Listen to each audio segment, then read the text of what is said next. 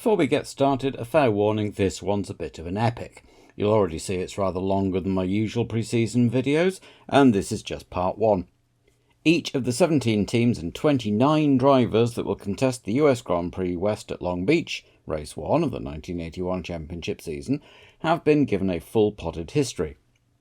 More detail exists for some than others, of course, both in terms of them literally having longer or shorter histories leading up to 1981, but also sometimes in terms of how much information I could find out. There's just more biographical detail out there for some drivers than others, for obvious reasons. But I've tried to give everyone their due, and set the background for everyone going into the season.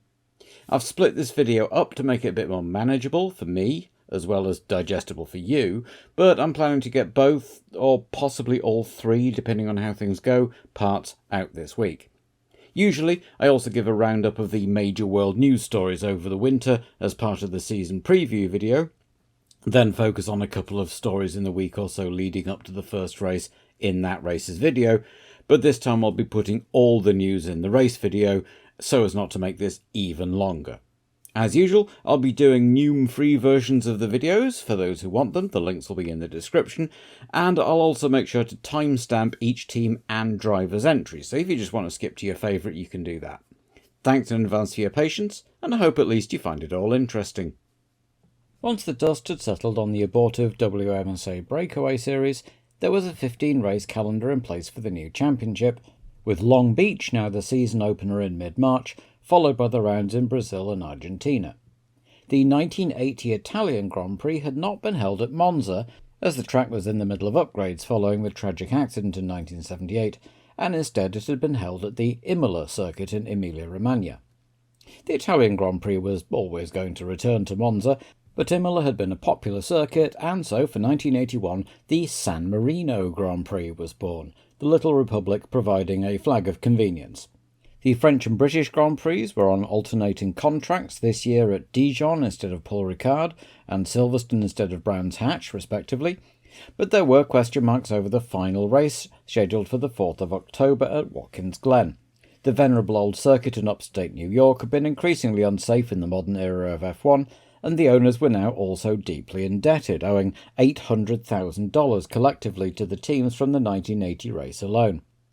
The US Grand Prix East would be removed from the calendar if the debt hadn't been paid by May the 1st, just before the European season began at Imola. Bernie Ecclestone had been trying to get a Caesars Palace Grand Prix on the calendar for a couple of years now, and had included it on his published WMSA calendar, so if Watkins Glen defaulted, that could be an option. On the technical side, there were more safety measures introduced. Barriers made of tyres were added in front of the Armco at some corners, and cars must now include a survival cell or monocoque that extended in front of a driver's feet as an integral part. Pit lanes would have a minimum width of 10 metres 33 feet, and cars on the grid would line up in 2 single files rather than a staggered formation, as had often been the case previously. The minimum weight of the cars was increased from 575 to 585 kilograms, something which didn't go down well with the non-turbo teams, for whom their cars' light weight compared to the heavy turbo equipment helped level the playing field. But of course the big and controversial change everyone was talking about was the ban on sliding skirts. Skirts could still be present, but without the ability to slide up and down could not maintain a seal with the road, and in any case cars had to maintain a 6 cm ground clearance. This had obvious safety benefits, reducing cornering speed, as well as eliminating the situation where one skirt failed, leading to a sudden loss of grip on one side. But from a competitive point of view, those teams who ran ground effect cars had relied on the extra grip to counteract the power of the turbo engines. Williams-Ford. After a short and unsuccessful career as a racing driver himself, Frank Williams turned in the late 60s to running a team, Frank Williams Racing Cars, entering his friend and flatmate Piers Courage, an heir of the Brewing dynasty, into Formula 2, and then purchasing a Brabham chassis for him to enter Formula 1 in 1969. Things started reasonably well, but early in the 1970 season, Courage was killed at Zandvoort. Williams gathered himself and finished the season, then continued for the next few years without ever enjoying much success, and seeing a revolving door of pay drivers helped pay the bills. In 1975 he'd met and hired young engineer Patrick Head, and the pair designed their first chassis, the FW04. At the Nürburgring, that week's pay driver Ian Ashley suffered serious injuries in qualifying and wouldn't start, but Jacques Lafitte, lining up 15th, ended up benefiting from high attrition to bring the car home second behind Niki Lauda, and probably saved the team into the bargain, money being so tight at that point that Frank was buying second-hand spares off other teams. In the lead-up to the 1976 season, though, Canadian businessman Walter Wolf decided to buy into the team, his 60% share making the team the Wolff-Williams team, with Frank kept on as team manager. Wolf had also bought the assets of the Hesketh team, and as well as bringing in Harvey Postlethwaite as chief engineer, the chassis that had been designed as Hesketh's 1977 Challenger now became the Wolff-Williams FW05 and was used for most of the season. The team failed to score any points, and Walter Wolf decided to reorganise the team, removing Frank Williams as team manager in favour of former Lotus man Peter Waugh. Wolf also bought the remaining 40% of the equity to go into 1977 as just Wolf Racing. Rather than accept an advisory-type role, Frank Williams decided to leave and start anew, getting back together with Patrick Head to form Williams Grand Prix Engineering. Starting out with a single customer-marched chassis for Belgian driver Patrick Neve, it looked like more of the same, with 3 DNQs and a best finish of 7th, but Williams and Head were working on their new in-house car, the Williams FW06, which would debut in 1978 with new sponsorship from Airline Saudia and the Al Balad Bank. At the wheel of the sole example was Australian Alan Jones, who'd won an unexpected maiden victory in a shadow in Austria the previous year. Jones only had 3 points finishes in the car, but one of them was second at Watkins Glen, which was enough to finish the season in 9th overall. Jones was joined by ex-Ferrari man Clay Regazzoni, who'd replaced him at Shadow in a second FW06 for 1979, but by then the car was falling behind the ground effect gang, and Williams brought in the FW07 for the European rounds. Jones took the old car to third at Long Beach on its swan song, but the FW07, closely based on the Lotus 79, proved an immediate success. Jones put it on pole at Silverstone, but Regazzoni took that first win for Frank Williams, followed by Jones winning 4 of the next 5 races to finish the season in 3rd place, with Regazzoni 5th and the team 2nd. For 1980, as Lotus and Ferrari both went into freefall, Jones won 5 races on his way to the title, which gave them the Constructors' Cup too. As the team go into 1971, they are favourites to retain the crown, but much will depend on how the new ground effect FW07 adapts to the new regulations. Car number 1. Alan Jones. Alan Jones was born in Melbourne in 1946, the son of well-known driver Stan Jones, winner of the 1959 Australian Grand Prix. Moving to England with no money in 1979, after some wheeling and dealing and a couple of dead ends, he finally got a Formula 3 drive for 1972, finishing runner-up. Jones tried Formula Atlantic next, but wasn't impressed, but he did bump into Harry Stiller, who had bought a customer Hesketh 308 and offered Jones a drive in Formula 1, beginning at the first European race of that season, the Spanish Grand Prix at Montjuic, 1975. That race turned out to be one of the worst in a deadly era of F1, with a fireman, a spectator and 2 journalists killed by Rolf Stommelen's cartwheeling car. The spectacle put Harry Stiller off racing, and shortly afterwards he pulled the team out, leaving Jones unemployed. In an ironic twist, Jones was signed up by Graham Hill to replace the injured Stommelen for 4 races, scoring his first points at the Nürburgring. Any hopes of returning to the Embassy Hill next year, though, were dashed when Graham Hill, driver Tony Bryce and other team personnel were killed in a light aircraft crash in November, so Jones moved on again, taken on by another ex-champion, John Surtees, whose team was struggling. Jones's car wasn't ready until round 3, and although he wrung 2 fifths and a fourth out of the TS19, he said he'd rather be unemployed for 1977 than continue, and so it was, until another tragedy occurred, the horrific deaths of Tom Price and Fire Marshal Frederick Janssen van Vuren at the South African Grand Prix. Jones was hired to replace Price in the Shadow team. Late in the season, Jones drove a magnificent race in wet conditions at the Österreichring to win his and the team's first Grand Prix, and he was offered a job by the perennially unsuccessful Frank Williams. But this time things were coming together. Slowly, but they were coming. Finally, in 1979, Jones was given a car he could win in, and win he did, 4 times that year and 5 in 1980, to be crowned the first Australian world champion since Jack Brabham in 1966. Car number 2, Carlos Reutemann. A few years older than Jones and from a very different background, Carlos Reutemann was born in Argentina to an Argentine father with Swiss roots and an Italian mother. He began racing in saloon cars, then touring cars, before moving to Europe in 1970 with the Automobile Club of Argentina team, which was entering the European Formula 2 series. He made an immediate impression, taking out Jochen Rindt on the first lap of his first race at Hockenheim. In his second season he finished second in the standings, and Bernie Ecclestone, who had been Rindt's manager, signed him to join the Brabham team for 1972, paired with Graham Hill. At his first Grand Prix at his home race in Buenos Aires, Reutemann put his Brabham on pole.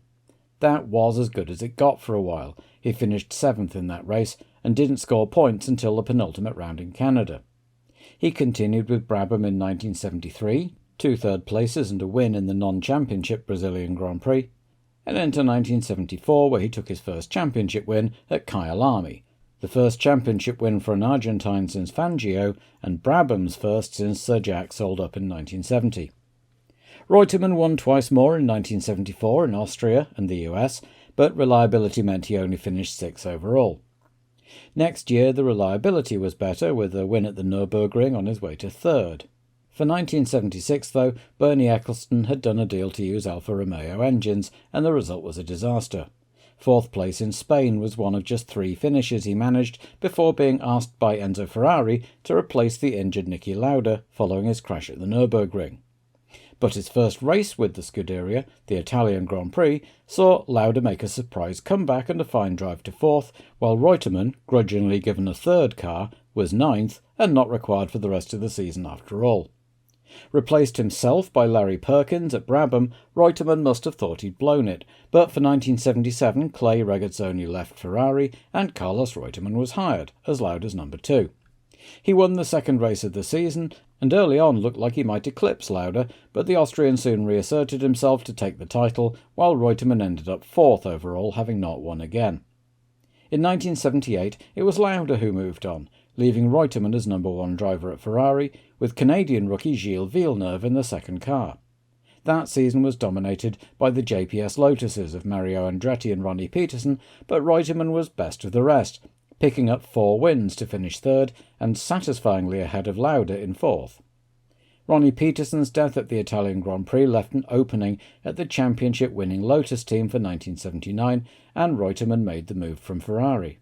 Things started well with 2nd and 3rd places, but the others were catching up, and Lotus's new car was a disaster, forcing him to go back to the 1978 model. Reutemann wound up 7th overall, while his replacement at Ferrari, Jody Scheckter, won the title. Still on the hunt for a consistently competitive car, Reutemann accepted contractual number 2 status to move to Williams. Things didn't start well this time. He broke down in the lead of his home race, the season opener, got out, sat down and burst into tears.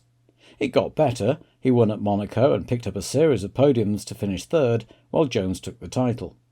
Going into 1981 he'll be keen to challenge Jones, but it remains to be seen how strict Williams will be about that number 2 status. Tyrrell-Ford. Like Frank Williams, Ken Tyrrell had had a brief and unsuccessful career as a driver and instead started a Formula Junior team in the family woodshed in 1959 and progressed through the junior categories as the 1960s went on. He showed himself to be a great judge of driver talent, giving single-seater debuts to John Surtees and Jackie Ickx, among others, before in 1963 signing young Scot Jackie Stewart. His success had brought him to the attention of the BRM team, who employed Ken to run their Formula 2 operation in 1965, as they signed Stewart to drive for them in Formula 1. In 1968, Tyrrell took the plunge himself, entering Formula 1 as Martra's second works team, Martra International, and back came Jackie Stewart too, running as the sole driver for most of the season.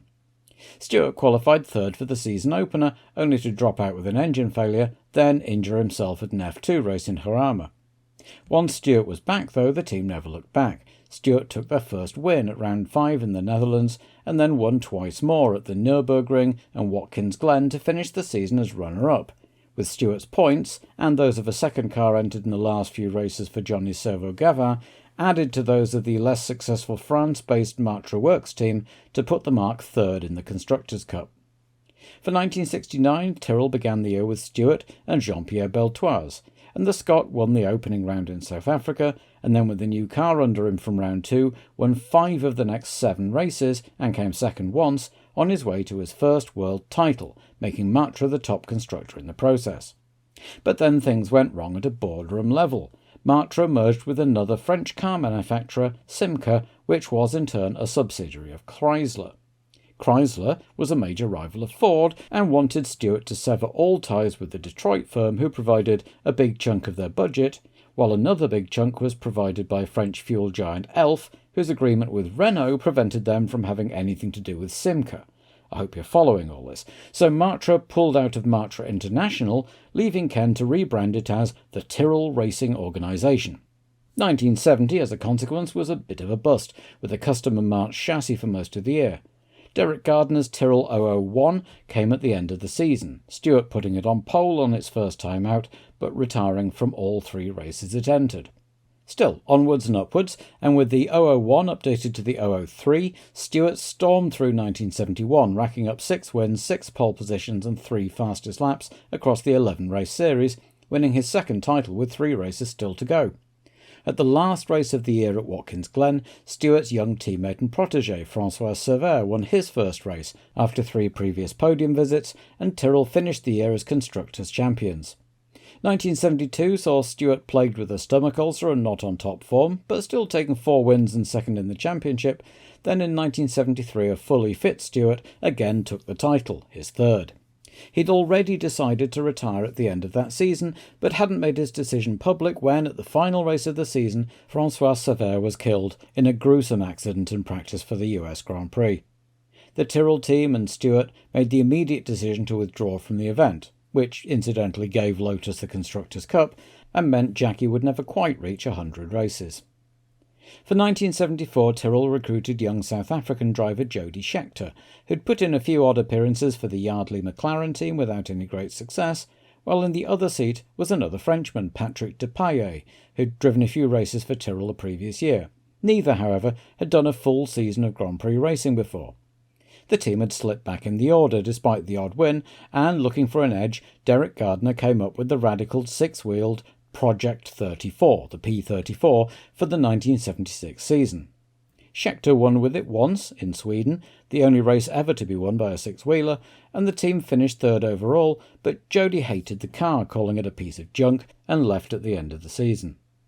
Results tailed off in the late 70s, and it seemed Tyrrell were headed inexorably for midfield obscurity, especially as Ken Tyrrell remained implacably opposed to turbo engines.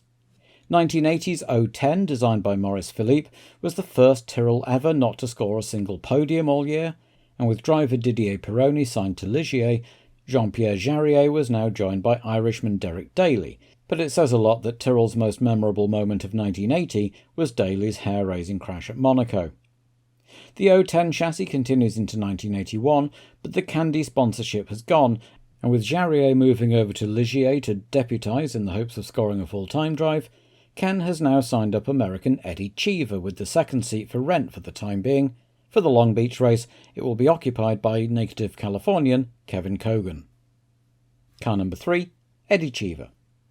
Although born in Phoenix, Arizona, Eddie spent most of his childhood living in Rome and attending international schools there, so perhaps it was inevitable that he'd either gravitate to soccer or motorsport. He won the domestic and European karting championships at 15 and worked his way up into F3 for 1975, where he was teammate with a fellow American, Danny Sullivan.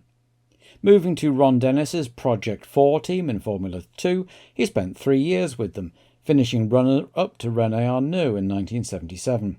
Still driving for Project 4 in 1978, he also managed to swing an F1 debut, appearing for the Theodore team in the first 2 races, failing to qualify for both, then taking a one-off seat with the dying Hesketh team in the 3rd race at Kyalami, where he managed to qualify 25th and drive 8 laps before an oil leak ended his race. For 1979 he moved to the Italian Osella team in Formula 2, taking 3 wins on his way to 4th overall, and when Enzo Osella made the decision to enter Formula 1 in 1980, he brought Eddie with him as their sole driver. It was a character-building year for both Osella and Cheever. Of the 14 races they entered, he failed to qualify 4 times and only finished once, in 12th at their home race, but he'd shown himself to be as combative as his equipment would allow, and Ken Tyrrell was nothing if not a shrewd judge of drivers. Available at a knockdown price, Cheever could turn out to be a good bargain for Uncle Ken. Car number 4, Kevin Cogan. Born in Culver City in 1956, Kevin Cogan started out the traditional way, in karts, then Formula Ford for 1975, and after 2 wins stepping up to what was then called Formula B and winning the 1977 championship. It didn't help him find a drive though, and he continued for 2 more years, finishing a lowly 10th in 1978, but then bouncing back in 1979, the first year the series was renamed Formula Atlantic, to take 3 wins and second in the championship behind Tom Gloy, who only won once. As part of the promotion of Formula Atlantic, the organisers had arranged a Drivers to Europe exchange programme with Bernie Ecclestone, and Kevin signed up for the British domestic Aurora F1 series in 1980, driving 6 races for the Theodore team. While his teammate Desiree Wilson became the only woman to ever win an official F1 race, Cogan struggled for results in his 3-year-old Wolf chassis, though he did take 2nd place at one event. Ram Racing were entering both Aurora and the Formula 1 Championship in the second half of 1980 and offered Cogan a second car for the Canadian Grand Prix in September, the latest FW07 that Alan Jones was busy winning the championship in. Evidently it wasn't just as simple as buying a chassis, because both Cogan and regular driver Rupert Keegan failed to qualify, over 5 seconds off the pace, though Cogan at least was only just over a 10th off the more experienced Keegan. He arrives at the Tyrrell team for Long Beach, courtesy of personal sponsorship from Michelob Beer, which means his car will be black with the brand's logo, while Cheever's is in traditional Tyrrell blue with the constructor logo on the side pods. Brabham-Ford. Jack Brabham was Australia's first, and until Alan Jones only, world champion, winning the 1959 and 60 titles with Cooper Climax. Brabham was interested just as much in designing cars as racing them though, and had been trying to push the Cooper team into being more adventurous. After a disastrous 1961 season, Brabham and his business partner Ron Toronak decided to strike out on their own. The resulting business was called Motor Racing Developments, chosen to avoid using either man's name, though when it was pointed out that MRD sounded a bit rude when pronounced in French, MRD, they agreed to trade on Jack's name and call it a Brabham. The first year was a bit of a wash with just 4 points places, but with American Dan Gurney now taking a second car, 1963 was much better, and then in 1964 Gurney took the team's first win at Rouen. Despite steady progress, Jack took until 1966 to finally win in his own car, then won 3 more to take that year's driver's title, and with Kiwi Denny Hulme in the other car, the team also won the Constructors' Cup. Brabham and Hulme won 2 apiece in 1967, as this time it was the unassuming New Zealander who was crowned world champion, with Brabham again winning the Constructors' Cup. But Black Jack suffered foot injuries during a testing accident during 1969 and promised his wife that he would retire after the 1970 season. He won 1 final race for the team that bore his name in the first round at Kyalami, and a couple more podiums saw him finish his final season as a driver in 6th place. At the encouragement of Mrs. Brabham, Jack decided to make a clean break with motor racing and move back to a farm in Australia, hopefully to prevent their 3 sons from getting into such a dangerous sport too, and he sold all his shares in the company to Ron Toronak, with the parting gift of hiring 2-time world champion Graham Hill to lead the team in his absence. It did not go well at all, the team finishing the year 9th and last. Recognising that team management really wasn't his thing, Ron Toronak sold the company on to entrepreneur Bernie Ecclestone. He originally intended to stay on in an engineering and design role, but quickly fell out with Bernie and left. To replace him, Ecclestone promoted young engineer Gordon Murray from within and brought in Herbie Blash from the F2 team to run day-to-day matters. With Graham Hill also falling out with Bernie and leaving to start his own team for 1973, Carlos Reutemann was promoted to lead driver, but neither he nor teammates Wilson Fittipaldi and Andrea de Angelis could get much out of Gordon Murray's first car. His second, though, 1974's BT44, enabled Reutemann to get his first win in South Africa and 2 more before the end of the year, finishing 6th overall. With a new sponsorship deal from Martini, Bernie negotiated an exclusive supply of Alfa Romeo flat 12 engines originally developed for sports cars. It was powerful but heavy and unreliable. Reutemann and new teammate Carlos Pace endured a dreadful season with just 4 point-scoring finishes all year, and the Argentine jumped at Ferrari's offer before the season was out. With Carlos replaced by John Watson, the team suffered a further blow when Pace was killed in an air crash early in the 1977 season, and despite Watson nearly winning in France, it was not a good year results-wise either. So it was all a bit of a surprise when world champion Niki Lauda signed for Brabham in 1978, a move paid for with a new sponsorship deal with Parmalat. Gordon Murray's BT46 was designed to counter the weight and balance problems of the big Alfa engines, but is probably best remembered for the B version of the car, which used a big fan on the back in an attempt to outdo the dominant Lotus 79 in the ground effect stakes. It won the only race it entered, the Swedish Grand Prix, in the hands of Niki Lauda, but when the other teams raised a ruckus about it, Eccleston quickly withdrew the car to keep the peace. Despite the team's problems, Lauda won once more at Monza, as the team finished 3rd overall and only 5 points behind Ferrari. Towards the end of the year, Eccleston gave a debut to young Brazilian Nelson Piquet in a third car, and he joined the team full-time as Lauda's number 2 in 1979. At the Belgian Grand Prix in May, Alfa Romeo debuted their own new car, and the engine deal with Brabham ended with 2 races left in the season, so it was back to the good old Ford DFV, prompting Niki Lauda to announce his immediate retirement from the sport in Canada. Present in the crowd was Argentine driver Ricardo Zunino, who'd tested recently with Brabham and was offered the seat there and then, finishing the race 7th and being kept on for the last race at Watkins Glen into 1980. With the new ground effect BT49 introduced for the Ford DFV engine, the team went into 1980 with Nelson Piquet and Ricardo Zunino. Piquet announced his and the BT45's emergence as contenders for the title by taking his first win with a hat-trick at Long Beach, and won twice more late in the season to finish second behind Alan Jones, only losing the title at the penultimate race. Zunino disappointed though, and was replaced mid-season by Mexican Héctor Rebaque, who at least scored a point in Canada and was kept on for 1981. Car number 5, Nelson Piquet. Nelson Piquet Sotomayor was originally supposed to be a tennis player, and when he decided early on he wanted to be a racing driver instead, he began entering kart races under his mother's maiden name Piquet, often spelt P-I-K-E-T, to further hide his identity from a father who definitely didn't want his son involved in motorsport. But he was rather good at it, winning the Brazilian Karting Championship in 1971 and 72, the year that Emerson Fittipaldi was Brazil's first F1 champion, and suddenly Brazil was motorsport mad.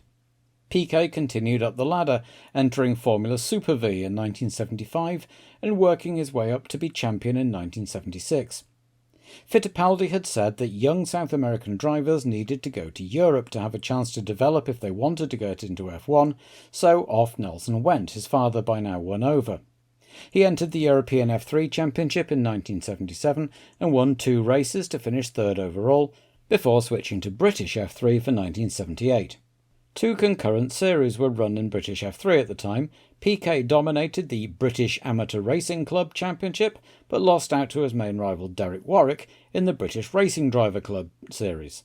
Before the year was out, though, Piquet had also made his Formula 1 debut, driving a single race for Ensign in Germany, then 3 races for the small BS Fabrications team, where a 9th place finish was enough to bring him to the attention of Bernie Eccleston, who offered him a 3rd Brabham for the final race in Canada.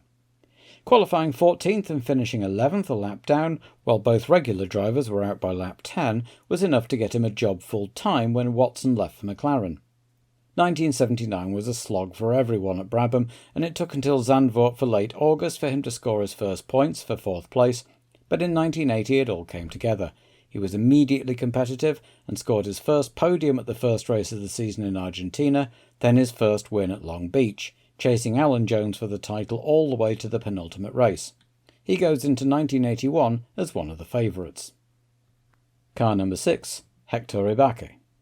Despite the mid-60s fame of the Rodriguez brothers, Mexico had never produced a crop of F1 drivers in the same way Brazil had after Fittipaldi, and Héctor Rebaque was the first Mexican Formula One driver since Pedro Rodriguez's death in 1971.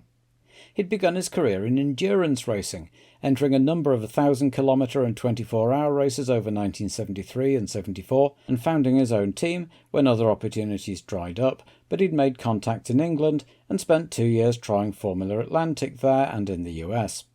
He'd raised enough money to buy a drive in F1 though, failing to qualify in 5 of his 6 races in a third Hesketh, a team that had barely got enough money to field one car at the time. Reasoning that what worked once might work again, he simply started his own team, Team Rebaque, and purchased a Lotus 78 chassis and Cosworth DFV engine. It was not what you'd call a resounding success, but back at Hockenheim a year later he scored his first career point from 18th on the grid. Upgrading to a Lotus 79 for 1978, Rebaque was ambitious to become a constructor in his own right, and commissioned Penske to design him a chassis for later in the year. Performances improved too, with Rebaque only failing to qualify twice, though that just meant more retirements instead. With a bit more luck, he could have scored points again at Zandvoort, where he was the last of 7 cars to finish, having started 24th, but for the next race the new car, the Rebaque HR100, was ready to go. He was faster than Nelson Piquet's privateer McLaren in pre-qualifying, and was just 2/10 off the grid. Qualified 23rd at Watkins Glen, only to have his clutch fail on the opening lap, and was miles off the pace in Canada. Team Rebaque folded at the end of the 1979 season, leaving Héctor at a bit of a loss, but he had managed to get some financial backing from the Mexican oil firm Pemex, and had a reputation as a decent driver at the very least, so when Bernie Eccleston fired Ricardo Zunino partway through the 1980 season, he was on hand in Silverstone to take the seat for the rest of the year, and scored a point at the penultimate round in Canada. That, and his Pemex backing, got him the seat for 1981, though he's not expected to do much more than help fund Nelson Piquet. McLaren-Ford. New Zealander Bruce McLaren had been a teammate of Jack Brabham during his title-winning year of 1959, and at the end of the year became the youngest F1 winner ever at that point, at 22. He came second to Brabham in 1960 and third in 1961, but Cooper's form dipped and he decided, like Jack, to leave and found his own team. Bruce had made his first forays into running a team when he entered the Tasman series back home with American Timmy Mayer as his teammate. When Timmy was killed in practice for the final race, McLaren made contact with his brother Teddy, also based in England by then, and the two men formed a business relationship, with Teddy buying into McLaren's new team. The first race for the McLaren team, with Bruce at the wheel, was at the 1966 Monaco Grand Prix, and rather than traditional British racing green, or New Zealand green and silver, the car was painted white with a blue stripe, as it was being used to represent the fictional Yamura car for John Frankenheimer's 1966 Grand Prix movie. For 1967 the car was red, hoping to capture some of that Ferrari magic despite the protestations of Italian fans, and then for 1968 they settled on a vivid orange shade called Papaya, signing world champion and fellow Kiwi Denny Hulme. The M7A, designed by Robin Hurd and Gordon Coppock, brought the team immediate success, with a win for Bruce in Belgium and 2 for Denny towards the end of the season, to place the team second only to Lotus in the standings. Things seemed to be going well when in 1970 Bruce McLaren was killed testing a Can-Am car at Goodwood. Teddy Mayer was left in sole control of the team, taking 2 races off to recover before returning, and Hulme proved a rock, ending the season 4th overall with a string of podium places. Hulme led McLaren, now with Yardley sponsorship, back into contention in the early 70s, placing 3rd in the Constructors' Championship in 1972 and 73, and in 1974 new Marlboro sponsorship helped tempt Emerson Fittipaldi away from Lotus, and the Brazilian took the McLaren's team's first titles, both drivers and constructors. When Fittipaldi suddenly quit before the 1976 season to join his brother's new team, Teddy Mayer was persuaded to take a punt on erratic British driver James Hunt, and it proved an inspired signing. Hunt and Ferrari's Niki Lauda held a titanic battle for the championship, decided in the Britain's favour at the last race, though Ferrari won the constructors' title. The new car for 1977 was a bit of a disaster though, and 1978 and 79 were even worse. Hunt left at the end of 1978 and in came John Watson. with Jochen and Mass replaced by Patrick Tambay, then for 1980, rookie Alain Prost.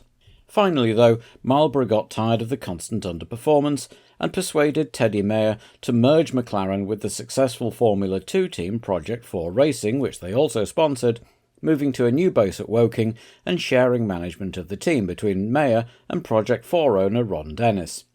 Project 4's designer John Barnard had been working on BMW M1 sports cars which used carbon fibre rear wings and had become convinced you could make a whole car out of it. He's preparing a radical new chassis for McLaren using this new material, which should be ready later in the season. John Watson continues on driving duties, but with Alain Prost leaving to go to Renault, he's been replaced with Marlboro protégé Andrea de Cesaris. Car number 7, John Watson. Belfast-born Watson was the son of a car dealer and was bitten by the racing bug attending the hill climb and club racing events at which his dad was competing. He soon got into the club racing circuit himself, winning his first race at Kirkestown in 1964 in an Austin Healey Sprite. Helped by his father's money, he entered European Formula 2 as a privateer from 1969, and while he wasn't wildly successful, he did enough to bring him to the attention of Brabham's Formula 2 outfit, who gave him a race at the opening round of the 1970 season. Then he raced twice for the Chevron Works team, getting his first F2 podium from pole at Mantorp in Sweden. London car dealers Hexagon of Highgate entered the British Grand Prix that year with a customer Brabham chassis and gave Watty his F1 debut, a retirement with an oil leak, followed by a one-off drive in a third Works Brabham at Watkins Glen, the race in which François Sévère was killed. Going into 1974, Hexagon decided to enter full-time with investment from another car dealer, John Goldie, and Goldie Hexagon brought Watson with them as their sole driver. He was a consistent finisher, scoring his first point at Monaco and finishing fourth in Austria after the team upgraded to a new chassis. But Goldie Hexagon called it quits and Watson was hired on by the midfield Surtees team. He got off to a bad start by being disqualified from his debut, and the rest of the season wasn't much better. His best result 8th before being hired by the American Penske team to replace Mark Donoghue, who'd been killed at the Austrian Grand Prix.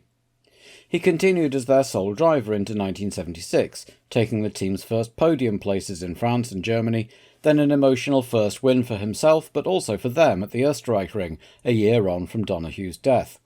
It would, as it transpired, be Penske's only win in F1 as they withdrew at the end of the season. Hired by Brabham to replace Carlos Reutemann, he put the car on pole at Monaco and came close to winning at the French Grand Prix, but helped lead the team after the death of Carlos Paci. For 1978, he was teammate to champion Niki Lauda, and his results improved as the car did, following Niki home for a 1-2 at Monza, a result soured by the death of Ronnie Peterson. The Super Swede had recently signed for McLaren to replace the departing James Hunt, and so Teddy Mayer turned to Watson instead. 1979 started well enough with third in Argentina, but that was as good as it got, as his best result for the next 2 years were a brace of fourth places in 1980. Car number 8, Andrea de Cesaris. Born in Rome to a wealthy tobacco wholesaler who was, like so many Italians, passionate about motorsport, it was only natural for young Andrea to get into karting, Dad buying him his first kart at 13 in 1972. By 1977, de Cesaris was karting world champion and headed to England to take the next step, Formula 3, signing for Tim Schenken's Team Tiger and finishing a respectable 7th overall in his first season as Nelson Piquet won the title. Continuing with Team Tiger for 1979, the title was between him and Brazilian Chico Serra of the Project 4 team. Andrea won 6 of the 20 rounds to Chico's 5, but a couple too many errors saw the title slip away from the Italian. But when Serra graduated into Project 4's Formula 2 programme, de Cesaris became his new teammate, his father's tobacco connections with Project 4 sponsors Marlboro undoubtedly helping, but he had finished runner-up, and indeed in F2 in 1980 he firmly outperformed Serra, taking a third place, 2 seconds and a late win at Misano. That earned him a call-up to the Alfa Romeo F1 team for the last 2 races of 1980. He qualified well in Canada in 8th, 4/10 off regular driver Bruno Giacomelli, but suffered an engine failure after just 8 laps. Watkins Glen was more disappointing. While Giacomelli was on pole, de Cesaris was 10th, 1.9 seconds behind him, and went out after bouncing off Derek Daly's Tyrrell on lap 4. So, a mixed bag, but when Ron Dennis's Project 4 team merged with McLaren for 1981, de Cesaris was offered the second seat. While he is undoubtedly there because of his Marlboro sponsorship, he is a promising young driver, fast but erratic. On the form of McLaren over the last couple of years, this may not be his ideal place to shine though. ATS-Ford. West German businessman Günther Schmidt founded Autotechnisches Spezialzubehör, ATS, in the Spa town of Bad Dürkheim, not far from the Hockenheim circuit in 1969, making alloy wheels. As the business grew, Mercedes tuners AMG would use their Penta wheels from 1979, ATS started sponsoring motorsport events around West Germany, but Schmidt had bigger ideas. When, at the end of 1976, the Penske team pulled out of F1, he bought the team. The Penske PC4 was a decent chassis. John Watson had won a race in it, and driver Jean-Pierre Jarier was keen to re-establish his career after a disappointing 1976 with Shadow. Sixth place at their first race at Long Beach was a good sign, but they came back down to earth with a bump when Jarier failed to qualify at the next race at Jarama thanks to gearbox problems. 8th, 9th, a couple of 11th places followed. A second car was entered at the team's home race at Hockenheim for local touring car legend Hans Heyer. Famously, after failing to qualify, he snuck out of the pit lane to join the race anyway, which the stewards only noticed when he broke down, thus giving him the unique distinction of having a DNQ, DNF and DSQ against his record, despite only ever entering one race. Austrian Hans Binder took the second car for the rest of the season, and going into 1978, James Hunt's former teammate Jochen Mass came in alongside Jarier, with Robin Herd hired from March to design their first in-house chassis, the HS1. Success continued to elude the team on track, and off it, Günther Schmidt had become notorious for his volatile temper, which led to a virtual revolving door of personnel, getting through 7 drivers during 1978 alone and 2 team managers during 1979, while John Gentry, Robin Herd, Gustav Brunner, Giacomo Caleri and Nigel Stroud all had design credits on the cars. For 1981, yet another new desire, Hervé Gilpin, has been working on the DS5, but that won't be ready until the European rounds. Until then, Jan Lammers will have to make do with last year's car, shorn of its sliding skirts. The team have only entered him so far, but have also registered a second car in case the opportunity arrives later. The F1 community wait for the next chapter in the ATS comedy drama to unfold. Car number 9, Jan Lammers. Born in Zandvoort, it was obvious that Jan Lammers was going to end up doing something in cars, and a job washing them at the local driving school turned into a job teaching skid recovery before he'd even got his driving licence. The school's owner, Rob Slotemacher, was a touring car legend in his own right, and encouraged Jantje into the same category, with Lammers winning his first race at 16 in the Dutch Touring Car Championship in his rookie year, the youngest champion ever in a Dutch domestic category. A second title followed in 1976, when he also tried out single-seaters, taking pole in his first ever Formula Ford race, winning twice and moving straight on to British F3 for 1977. His meteoric rise stalled a little in his first year, but for 1978 he entered the European Series for Racing Team Holland, along with fellow countryman Arie Luyendyk. He won the season opener at home in Zandvoort and 3 more to take the title in an incredibly tight race with Swede Anders Olofsson. Autosport magazine was predicting that Lammers would be world champion by the end of the 80s. Declining an offer to drive in F2 with the Works March team, Lammers instead got an offer to go straight into F1 with Shadow. In uncompetitive and unreliable machinery, Lammers and fellow rookie Elio de Angelis couldn't make much of an impression, and Lammers moved on to ATS for 1980, and then to Ensign mid-season to replace the injured Clay Regazzoni and disappointing Tiff Needell. When Ensign signed Marc Surer from ATS for 1981, Lammers went back the other way, rejoining the German team with, one imagines, a certain amount of trepidation. Lotus-Ford. Designer Colin Chapman founded Lotus in 1952 to build sports cars, with the Lotus 11 and 12 models being very popular in British Formula 2, followed by the 2-seat Lotus 14 with a Coventry Climax engine, which was sold commercially as the Lotus Elite. By 1958, Chapman decided to enter Formula 1, running a pair of Lotus 12s for Cliff Allison and Graham Hill, both making their debuts at the Monaco Grand Prix. Progress was made over the next 2 years, and in 1960, Chapman signed up young Scot Jim Clark. Clark and teammate Innes Ireland finished a point apart in 1961, with Innes taking the works team's first championship win at the final race of the season, but Chapman was more convinced of Clark's credentials and fired Ireland to concentrate on him. The new Lotus 25 was fast but fragile, posted 4 retirements and leaving Clark a fairly distant second to BRM's Graham Hill, but for 1963, Clark and his Lotus Climax were unstoppable, winning 7 of the 10 rounds plus a second and a third, including 7 poles and 5 fastest laps, to win the title with 54 points to Hill's 29. In 1965, Lotus controversially opted to miss the Monaco Grand Prix to enter the Indy 500 instead, which Clark won in dominant fashion before winning the next 5 Grand Prix on the trot anyway to secure his second title. In 1967, a former Lotus employee, Keith Duckworth, had helped design the Ford Cosworth DFV engine which Lotus originally had exclusive use of, Graham Hill joining Jim Clark at the wheel, and Clark won the opening round in South Africa, only to be killed in a non-championship Formula 2 race at Hockenheim. Colin Chapman was considering offering Mike Spence the drive, only for him to be killed, driving the innovative Lotus 56 gas turbine car at Indianapolis. A devastated Chapman didn't make the trip to the second Grand Prix of the year in Spain, but Graham Hill won it. That was the first race in which the Lotus appeared in their new livery, the red and gold of Imperial Tobacco's Gold Leaf brand, instead of their traditional British racing green and yellow. They were the first team to introduce sponsor liveries. Hill went on to win both titles that year, but was outscored the following season by new recruit Jochen Rindt. Hill was by now 40 and had had a major accident but didn't want to retire, so Chapman persuaded him to move to the Rob Walker privateer team, which used Lotus chassis, so Rindt headed up the team for 1970 with a revolutionary new Lotus 72 chassis, the first car to use side pod-mounted radiators and front and rear wings. By round 10 in Italy, Rindt was leading the championship, but he was killed in qualifying. The team pulled out of the event, and Jochen's teammate John Miles retired on the spot. Chapman then promoted Brazilian Emerson Fittipaldi, who'd had a third car during the 1970 season.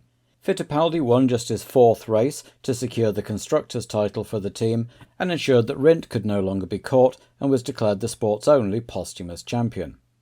With 2 champions killed in Lotus cars in the space of 2 years, questions were beginning to be asked about whether Chapman's cars were safe enough even in the devil-may-care days of the 1960s and 70s.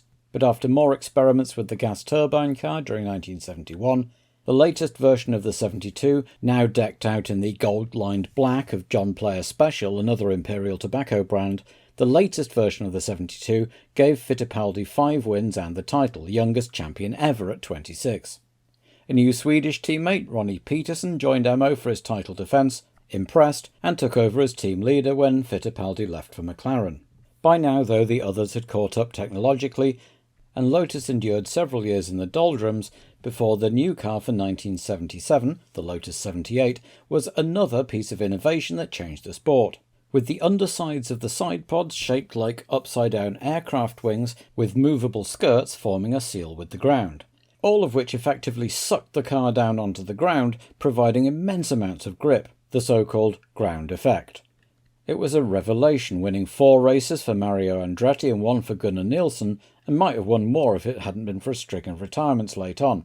The other teams couldn't work out how the car was so quick, and going into 1978, with Gunnar Nielsen replaced by Ronnie Peterson, the car continued its dominance early on, only to be replaced by the even more dominant 79. Peterson took 2 wins and Andretti 6, as he sealed the title at the Italian Grand Prix at Monaco, but the triumph was overshadowed by Peterson's death in a start line crash. The Imperial Tobacco deal ended at the end of 1978 and left a huge financial hole. Chapman filled it for 1979 with sponsorship from Martini and returned the cars to British Racing Green, but the new Lotus 80 was a failure and was withdrawn after just 4 races, with Andretti and new recruit Carlos Reutemann finishing the year in a modified Lotus 79. It was a winless year for Lotus, and Martini were on their way, as was Reutemann.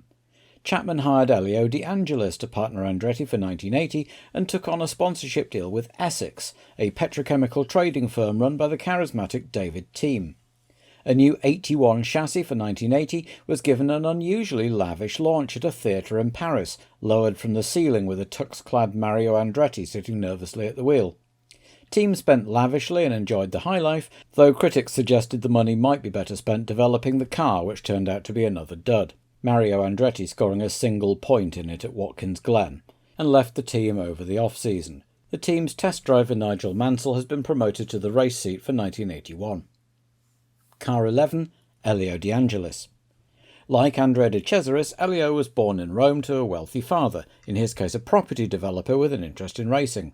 Giulio de Angelis had started out in cars but ended up as a top powerboat racer, winning Italian, European and world titles in the 50s and 60s. Elio started karting at 14, a young Eddie Cheever among his competitors, was second in the World Championship in 1975 and won it in 1976. Jumping straight to F3, he won his third race at Mugello, then finished second to Didier Pironi 2 weeks later at the prestigious Monaco F3 race. A switch to a new chassis added 2 more wins, and he won the Italian F3 title in his rookie year, while also having a couple of F2 races for Giancarlo Minardi, and even leading his first race.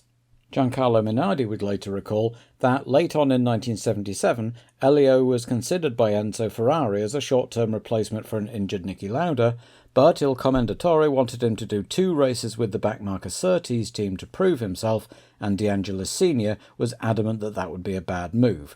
So while he tested the car at Fiorano and was reportedly faster than the factory drivers, it was not to be. Gilles Villeneuve got the seat instead, and he went into F2. Racing in 1978 for Minardi in the European Series. His father's money helped him into the Shadow team for 1979, and he arrived as just another pay driver with a declining team, but quickly turned heads, finishing 7th in his first race from 14th on the grid, and then did it again from 21st at Long Beach. At the final race in Watkins Glen, he started 20th and kept it on the road to finish 4th of the 7 still running, to take Shadow's only points of the year and his first. By now, he was properly in demand, and not just for the money he could bring. Colin Chapman offered him the second Lotus seat for 1980 alongside Mario Andretti. In an awful year for the veteran team, De Angelis came second in Brazil, beating Bruce McLaren's record as the youngest man ever to stand on an F1 podium, and added 2 fourths and a 6th towards the end of the year, but it was very slim pickings. Nonetheless, with the departure of Andretti for pastures new, Elio begins his third year in F1 as the team leader. Car number 12, Nigel Mansell. Nigel Mansell's upbringing was very different from Elio's. His parents ran a tea shop in Upton-upon-Severn in Worcestershire, a pretty little town in the Malvern Hills, before moving to suburban Hall Green in Birmingham, and while they were comfortably off, there wasn't a lot of money to lavish on an expensive hobby like motor racing, and his father wasn't entirely keen on the idea either. Mansell bought a kart with his own money, and was successful while studying to become an aerospace engineer, and sold most of his possessions to finance his move into Formula Ford in 1976 at the age of 23. He won his first race and then 5 more of the 9 he entered, and then entered 42 races in 1977 and won 33 of them to be crowned British Formula Ford champion. He resigned from his job to pursue racing full-time during the season, but just 3 weeks later crashed in qualifying and broke his neck. Rushed to hospital, doctors told him he'd come very close to being paralysed from the neck down and that he was certainly never going to drive again. He disagreed, discharged himself from the hospital and went back to finish the season. His results gave him the chance for a one-off F3 race where he came 4th and moved up for the 1978 season. His first season started well, but his car was uncompetitive, and he moved team for 1979 with more success, but he was lucky to survive another spectacular accident and wound up in hospital with broken vertebrae this time.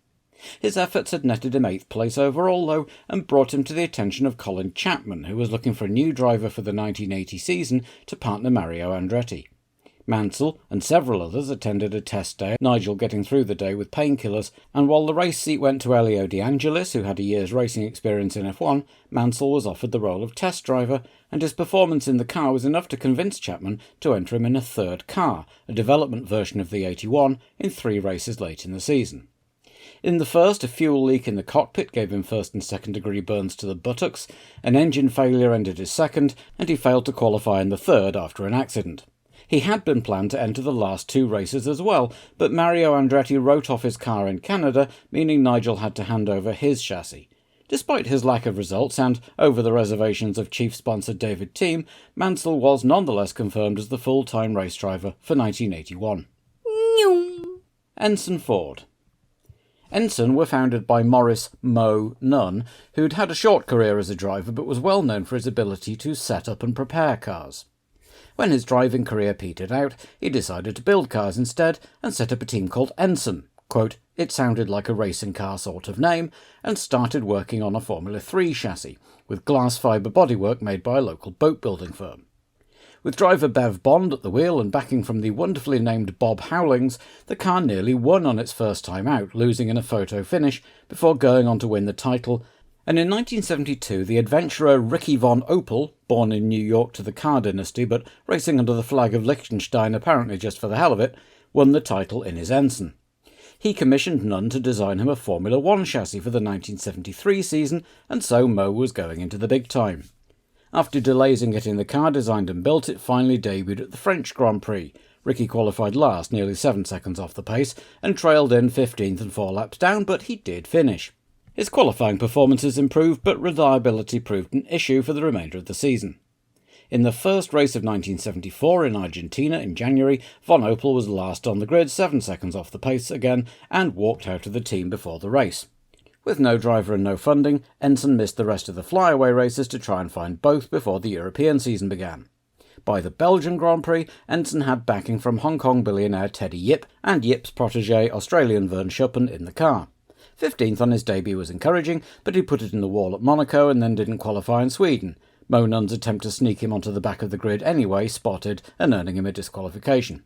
The rest of the 1970s was a revolving door of sponsors and drivers. Nunn occasionally attracted a big name, Jackie Hicks, Chris Amon, Clay Regazzoni, but the results were never there, and they usually left quite quickly afterwards. They gave Nelson Piquet a debut in 1978, but by then the car was very old, and ground effect was the new technology. A new car was designed in 1979 to make use of it, the design by John Baldwin and Shahab Ahmed, placing the radiators in the nose of the car instead of the side pods, something Wolf had tried the previous season with a similar lack of success. After just one race, the radiators moved back to the side pods, and the car at least looked better even if it didn't go any faster. Derek Daly posted 4 DNQs out of 7, then was replaced by Patrick Gaillard, 3 DNQs out of 5, and Marc Surer, 2 DNQs out of 3. Even so, Nunn managed to get Clay Regazzoni back for 1980 after he was displaced at Williams, and he qualified well, but in the 4th race at Long Beach he lost the brakes and hit the wall hard, suffering spinal injuries and leaving him paralysed from the waist down. Tiffany Dell was drafted in for 2 races, and then Jan Lammers brought over from ATS, with Jeff Lees driving a second car in 2 races, but the best any of them could manage was 12th for Lammers in Canada. Going into 1981, the team have an updated version of last year's N180 and are reunited with Marc Surer, but they probably aren't expecting a lot. Car 14, Marc Surer. Swiss kids interested in getting into racing always have to overcome a major handicap. Most forms of motorsport were banned in the country after the 1955 Le Mans disaster. Instead, teenagers in the trilingual country tend to head for France, Germany or Italy, depending on their language. In Marc's case, that was Germany. He worked his way up through karting into F3, where he finished runner-up in the 1976 German Championship at the age of 25, and moved into the European F2 series, first with the German Hohmann team, then with March. His first season was difficult, but in 1978, now with the BMW Junior team, he finished second despite not winning a race, and finished on the podium 9 times as Bruno Giacomelli dominated the series. The 1979 season was more hotly contested, with 7 drivers winning across the 12 races and just 6 points covering the top 4, Marc Surer as champion, ahead of Brian Henton, Derek Daly and Eddie Cheever. Surer made his F1 debut that year too, driving the last 3 races without much success in the awful Ensign N179. He managed to qualify it at the 3rd attempt at Watkins Glen, retiring after 32 laps with an engine failure. For 1980 he was hired full-time by Günther Schmidt at ATS and finished 7th in his second race, only to crash badly in qualifying for the next race in Kyalami, trapped in the wreckage for over half an hour and fracturing his right leg, left ankle and damaging his right heel and knee. He made a remarkable recovery to miss just 3 races and returned to the cockpit in France, and just in time, as Jan Lammers had just left ATS to join Ensign. It was neither a good car nor a good team atmosphere, and Surer did what he could with it, but his best result was 8th at the last race of the season. Moving back to Ensign for 1981 may well not be an improvement from a performance point of view, but at least the team seemed to be getting on better. Renault. Renault were founded in 1899 by the 3 Renault brothers, And their first commercial success was in 1905 when a large order of their AG1 model was placed to establish a fleet of taxis in Paris, which later became famous for ferrying troops to the front during the desperate Battle of the Marne in 1914, and they proceeded to build the revolutionary FT light tank, which saw service through both world wars and beyond. Renault naturally also took part in the nascent motor racing events in France too, and Marcel Renault was killed competing in the 1903 Paris-Madrid rally. With large and growing business, though, motorsport was always a bit of a sideline. During the Second World War, Renault secretly worked to develop the 4CV to be ready for its official launch as soon as the occupation was over, and the vehicle was a massive hit, as well as being easily modified. A Renault dealer in Dieppe, Jean Redelet, founded a company called Alpine and reworked the 4CV into his first model, the Alpine A106. With official support from Renault, Alpine became a strong competitor in rally racing, winning the 1973 championship, and were acquired by Renault in 1975. Meanwhile, Amadei Gordini had been tuning cars and entering motor races since the 1930s before being hired by Simca, the French distributor for Fiat, to design both sport and road cars. Following the war, he went solo, entering Grand Prix races with his modified Simca Gordini chassis and continuing into the Formula One era, as well as being very successful in Formula 2 at the same time. With the end of his F1 period, Amadei Gordini joined Renault as an engine tuner and helped Renault win rallies in the 50s and 60s, and Gordini became another sports subdivision of Renault in 1968. When the decision was made at Billancourt to enter Formula 1 with a turbo engine in 1977, Alpine and Gordini were merged into the new Renault Sport division, with the engine officially labelled a Renault Gordini V6. I've covered the development of the Renault Turbo in the background video, so I won't rehash it here, except to say that going into 1981, the team are expected to do well at the high-speed circuits, particularly at altitude where normally aspirated cars will struggle in the thinner air, but only if they can finish. René Arnoux goes into his third year with the team and is joined by promising youngster Alain Prost. Car 15, Alain Prost. Born in the Loire region with Armenian heritage on his mother's side, Prost was into all kinds of sport as a child, which left him with a broken nose, but in 14 he got into a kart while on a family holiday and never looked back. He won several championships in his teens and was a full-time racer already at the age of 16. 2 years later, in 1976, he transitioned to Formula Renault in France, won that, and moved straight on to Formula Renault Europe, a short-lived series that Renault and the French government were hoping would replace Formula 3 in the country, and again Prost won on his first attempt. For 1978, he entered the European F3 series, some races of which were counted towards a French championship as well after the end of Formula Renault Europe. Prost won the penultimate round in Spain for the Écurie Elf team, but managed only one other point. The next year, though, he dominated, winning 6 of the 12 rounds and finishing the year with over double the points of the second-place driver, Michael Bleekemolen. Meanwhile, the French authorities had reinstated a proper F3 season, which Prost again absolutely monstered in his Écurie Elf-entered Martini chassis, winning all 6 races, including the prestigious Monaco Grand Prix F3 support race. Formula One teams were already beginning to take an interest, and John Hogan of Marlborough offered to pay for him to take a third McLaren at the last race of 1979, but perhaps wisely, given how dreadful the car was, he declined, saying he knew neither the car nor the track, but a test was organised and he impressed Teddy Mayer enough that he just skipped F2 entirely and went straight into a Works McLaren drive for 1980. He immediately turned heads, scoring a point in his first race and 2 in his second, but missed 2 rounds after breaking his wrist, and the rest of the season was plagued with technical failures, and Prost gradually fell out with Mayer too, who he felt was blaming him for the problems. The last straw was at the season-ending race at Watkins Glen, where a suspension arm failed at speed, sending him into a barrier where a flying wheel hit him on the head. He escaped with nothing worse than a headache and temporarily blurred vision, but he walked out of McLaren, vowing never to drive for them again. Fortunately, a seat had just opened up at the Works Renault team, and the team already knew him well, having essentially mentored him through the junior series, so he was offered the seat alongside René Arnoux. Car number 16, René Arnoux. Arnoux got his start in motor racing relatively late, graduating from the prestigious Winfield Racing School at the ripe old age of 24 and earning a scholarship from Shell Oil for a year in the Formula Renault Challenge for 1973, which he won. Normally that would have earned him a place in Formula 3, but the French series didn't take place in 1974 because Renault and Elf were trying to get Formula Renault Europe going, which Arnoux won in its debut year of 1975, and then moved to Formula 2 with the Écurie Elf for 1976, driving a Martini chassis with Renault power. In a close title battle he came second to Jean-Pierre Jabouille, despite winning one more race, with his teammate Patrick Tambay third. With Jabouille heading for Renault to develop their Formula 1 entry for 1977, Arnoux stayed in F2 with Elf and won the championship reasonably comfortably ahead of Eddie Cheever of Project 4 Racing. When Tico Martini decided to make the move into Formula 1 as a constructor himself in 1978, Arnoux came with him, missing the first 2 rounds to make his debut in South Africa at the age of 28. It wasn't an auspicious start. A fuel system problem stopped him qualifying at Kyalami, and at Monaco, Alain Prost won the F3 race with Martini's junior team, but Arnoux didn't make it through pre-qualifying in the main event. Finally, though, at Zolder, Arnoux put the Martini on the grid in 19th and kept it running to finish 9th of 14. But the team were always on a shoestring budget. Arnoux wasn't able to participate in Spain and Sweden as the team's only engine blew in testing.